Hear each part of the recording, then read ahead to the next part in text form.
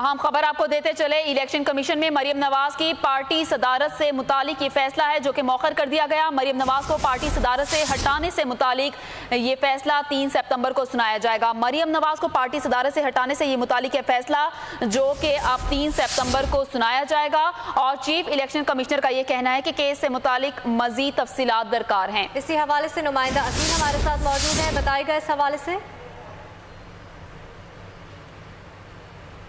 नवाज की पार्टी वजह रखने के हवाले से फैसला देने के लिए तारीख दी थी, लेकिन एन वक्त पर जब चीफ इलेक्शन कमिश्नर 3 रुकनी बेंच के हमरा केस का फैसला सुनाने आए तो उन्होंने मुस्लिम लीग नून और पीटीआई के मुकला से कहा कि उन्हें सुप्रीम कोर्ट के फैसले और आइन के आर्टिकल 62-63 के हवाले से मजीद मुआवनत दरकार है।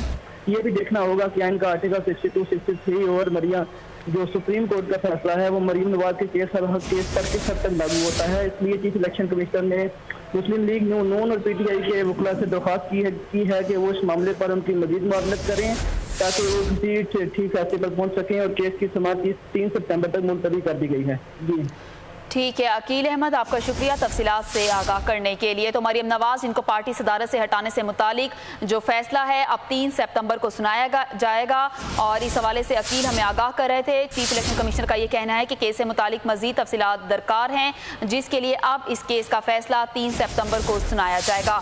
सुप्रीम कोर्ट के फैसले और आर्टिकल 62-63 के इतलाक पर मजीद मुआवनत दरकार है, ऐसा कहना है चीफ इलेक्शन कमिश्नर का।